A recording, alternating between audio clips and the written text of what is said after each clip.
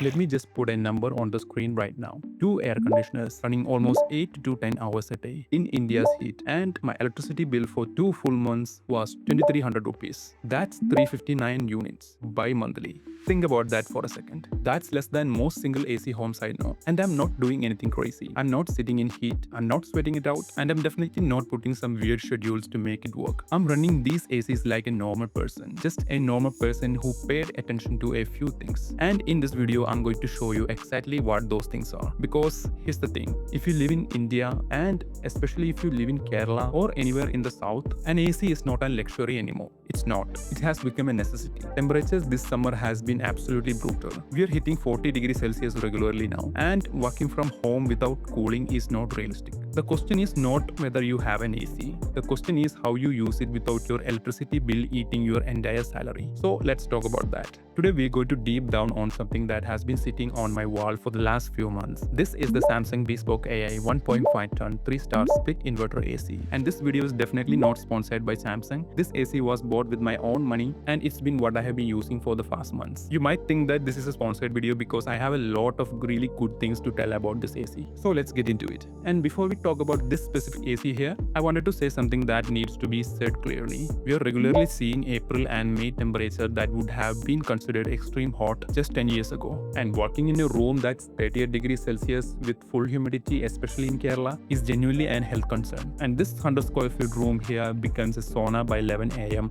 if there's no AC here. I can't record videos, I can't focus, I can't work properly, and I also have AC installed in a separate room which is a 140 square feet room. These are small to medium rooms that are really efficient for air conditioners, and we'll come back to that. The point is, if you're on the fence about getting an AC, stop being on the fence. Figure out the right one. Buy it smart, use it smart, and your bill doesn't have to be scary. That's what this video is about. Now let's talk about the AC that I'm using right now. So the full name is the Samsung Bespoke AI AC. It's a 1.5 ton 3-star split inverter, and it connects to the Samsung SmartThings app. It works with Google Assistants, Alexa, and Bixby, and it has what Samsung calls AI Energy Save mode, which I will explain properly just in a bit. But let me just start with the basics because the specs actually matters here, and I wanted to explain them simply. Digital inverter technology. This is the core why this AC uses less electricity than older non-inverter units. A regular compressor is like a light switch, fully on or fully off.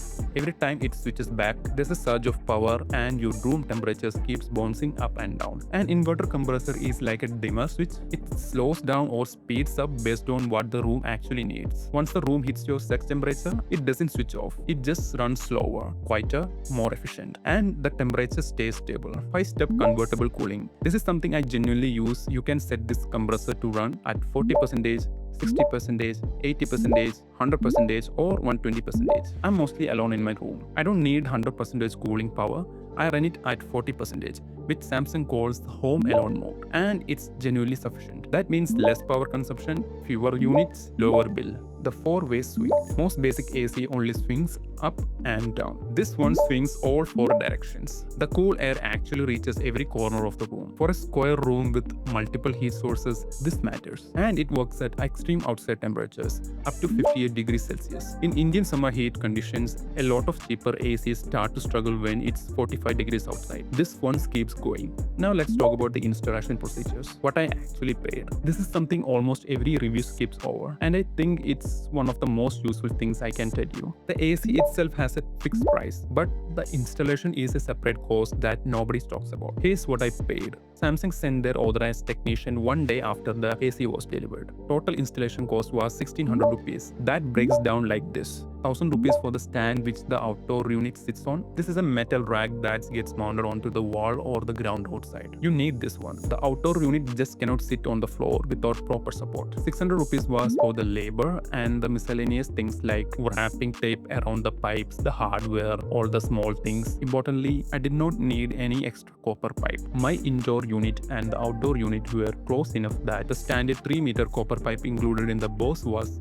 sufficient. If your indoor and outdoor unit needs to be further apart, you may need to purchase extra copper pipe, and that can add extra cost. Keep this in mind when planning where you want to install. Now here's the thing I want you to highlight about my installation that I was genuinely impressed by. The technician actually did the vacuuming process. This is a step where you use a vacuum pump to remove all the air and moisture from the refrigerant pipes before charging them with gas. A lot of technicians skip this because it takes time and equipment. If you don't vacuum properly, you get moisture in the refrigerant circuit, which reduces the efficiency and can cause damage to the compressor. My technician did it properly. That's a huge plus. Also, I didn't have a stabilizer installed. This AC has built-in voltage protection and can handle normal fluctuations. I would say for most urban and semi-urban homes, you don't need a separate stabilizer with this unit. That's like a 2,000 to 5,000 rupees extra cost you don't have to spend. And then the delivery experience itself. The delivery was open box, meaning the delivery guy actually opened the packaging and did a visual check of everything in front of me.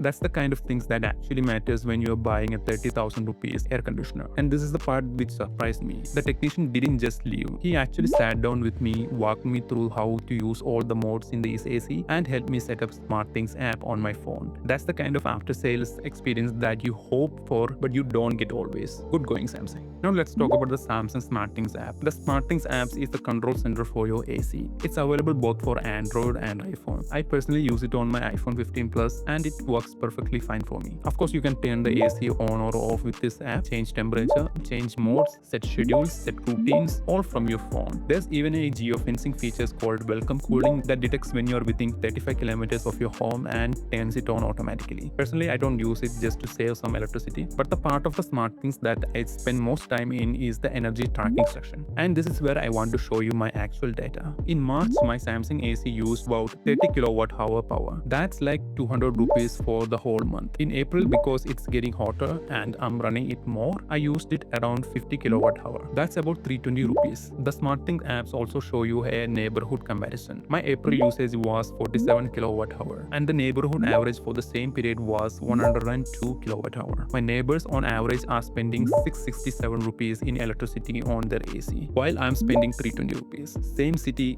same heat. Now here's the bigger picture in my numbers. My total household electricity bill for the last month, covering 2 ACs and everything else in this house, was around 2300 rupees for 2 months. That's 359 units bi-monthly. Kerala does bi-monthly billing, so this covers 2 full calendar months. For 2 ACs running daily in peak summer, that is genuinely a low number. I run this AC in my 100 square feet studio from 8 AM to 6 PM and then from again 8 PM to 12 AM. That's around 8 to 10 hours a day of actual runtime if you subtract the lunch breaks, dinner and other pauses. So this is not me running the AC for 2 hours a day and calling it efficient. This is daily sustained use. The app also shows me a usage pattern breakdown. How many times a day I'm turning it on, what my average temperature settings is, and my daily kilowatt hour. For example, in April 27th, I used 2 kilowatt hour power for the whole day. That's like 14 rupees or something for 1 full day of AC usage. That's like the price of a cup of chai. Quick pause here. If you're enjoying the video so far where I share actual real world usage, hit subscribe. This is exactly what Optium is about. Now I'll tell you how my electricity bill is so low, because I think this is where most people make mistakes with their ACs. And here's the thing, I keep my AC at 30 degrees almost all the time. I know that sounds like I'm barely doing anything. People always react surprised to this. 30 degrees?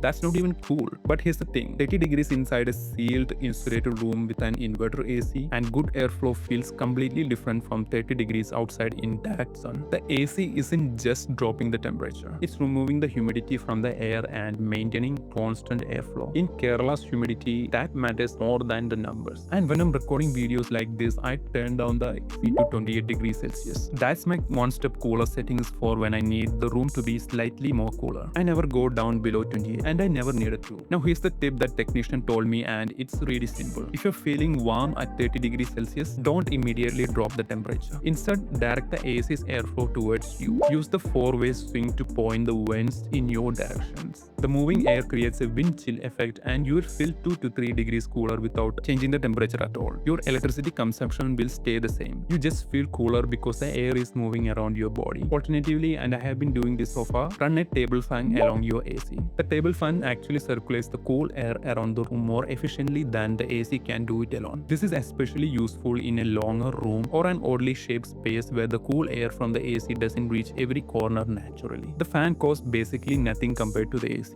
and it also consumes less electricity if you opt for a BLDC version. On the maintenance side, the technician told me clearly, don't try to service it yourself unless it's just the filter cleaning. If the cooling performance drops, if you notice that the AC is taking longer to reach the ideal temperature, or if the air coming out doesn't feel as cold as it used to be, don't wait. Call the Samsung service team. Early intervention is almost always cheaper than waiting for a bigger problem. The 5-year comprehensive warranty covers most things, and the 10-year warranty on the compressor is genuinely reassuring. Now let's talk about something I DIY'd myself. I figured it out on my own, and I wanted to tell you all about it because it made a real difference. The outdoor unit of the split AC has a condenser coil inside it. Its entire job is to dump the heat from your room into the outside air. The hotter the outside air is, the harder this unit has to work. And if the outdoor unit is sitting directly in sunlight for 6 to 8 hours a day, it is genuinely fighting both the ambient heat and the direct solar radiation at the same time. So I built this DIY shade for my outdoor units. I used a couple of pieces of plastic materials that were left over from my previous builds. It's like a thick cardboard but made up of plastic. I set them up just above the outdoor unit so that the direct sunlight doesn't hit it. And here's the key thing about the unit. The unit needs airflow to work properly. You cannot block or restrict the airflow around it. You're just creating a small shade, like a small roof above it. After doing this, I genuinely noticed daily unit consumption dropping. The outdoor unit is working in slightly cooler conditions, so it doesn't have to work as hard, and it reflects in the numbers as well. It's one of those things that can take 20 minutes to set up once and pays off every single day for the rest of the summer. And here's some tips to make your AC work less. Okay, this is the section I think is the most important and underrated part of the whole AC conversation, because the most efficient AC in the world will still have to fight against your room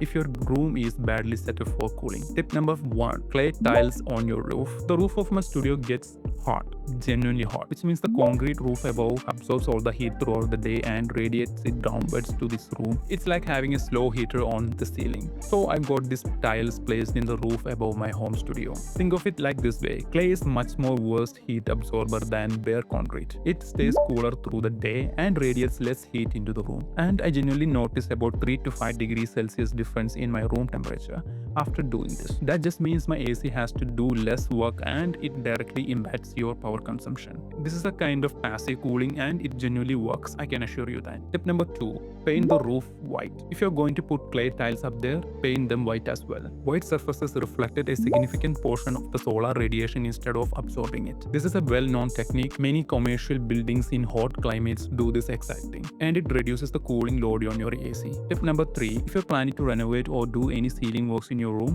consider a false ceiling. It creates air gap between the concrete roof and your roof ceiling. The air gaps acts as an insulation. The heat from the concrete roof has to travel through that trapped air before it reaches your room, and even if it arrives to your room, it's much more weaker. This also what helps a lot of hotel rooms feel cooler. They almost always have false ceilings. Tip number 4: block direct sunlight from reaching the windows. I have set up light blocking blinds in the studio, and sunlight coming through glass turns into heat very efficiently. A single window in a direct sunlight can raise room temperature up to 3 to 4 degrees Celsius. Blackout blinds or thermal blinds cost very little and makes a huge difference. The ones I have is from a local market. You don't really have to make your room dark, just block the direct sunlight during peak hours. These 4 things together, clay, tiles, white paints, false ceilings, blackout blinds, are what I call passive cooling. You're not running anything extra. You're just making sure that your room isn't working against your AC. Now let's talk about the AI stuff on this AC and my honest take. Samsung actually calls this bespoke AI. So let me give you my honest take on whether the AI part is real. The AI energy mode is real and it works.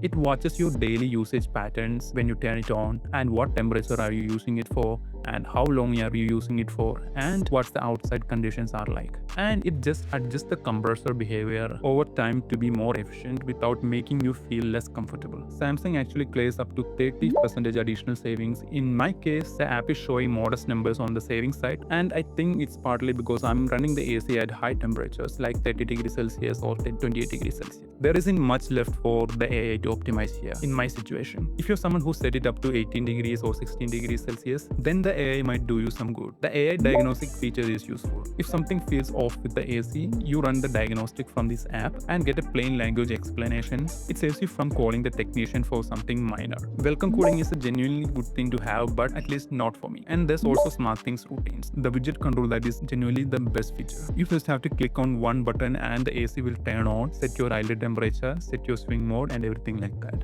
Just one time. Now here's something I would have done differently if I had a chance. Plan where you want the outdoor unit to be before you buy the AC. Naturally, it should be somewhere with a little bit of shade. Something I wish this AC had is the native Apple Kit support. My whole setup runs on Apple products. Samsung SmartThings apps works well, but if I could control this AC from my app or my smartwatch, that would be genuinely good. This would make the ecosystem feels complete. But you could still use Google Assistant or Alexa to turn this AC on, but it's like a workaround for me. Now one more thing I forgot to mention, if you could provide the outdoor AC unit stand, you could save up to 400 rupees or 600 rupees based on your location, because you could buy an outdoor unit stand for around 300 to 400 rupees, but even with that, the technician will also charge you 200 rupees for installing the stand. And if you're someone who can do this by yourself, you can save up to 400 to 600 rupees on that part. Now that's everything. I hope it's everything. And if you found this video helpful, hit subscribe, because it's completely free and it helped me make more videos like this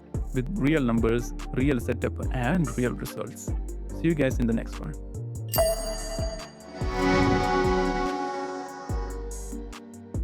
And before you go, if you want to check out my full studio tour, you can watch this video.